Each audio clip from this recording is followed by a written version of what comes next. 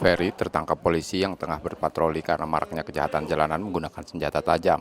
Tersangka tertangkap di Jalan Segaran, Kelurahan 9 Ilir saat mengendarai sepeda motor.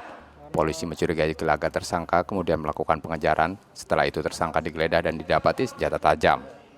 Pada polisi tersangka mengaku sajam yang ia buat sendiri itu selalu ia bawa saat bepergian untuk menjaga diri. Lagi tawuran ini asalnya Undang-Undang Darurat nomor 51 ya tahun 1950 ya. Ancamannya bisa seumur hidup 20 tahun.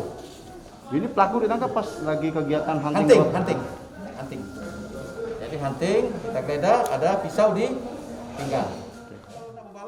Karena perbuatannya, tersangka ditahan di tahanan Polsek Ilir Timur 2 Palembang dan terancam hukuman 12 tahun penjara. Reski Oktora, Muklas Diferensial, Kompas TV Palembang, Sumatera Selatan.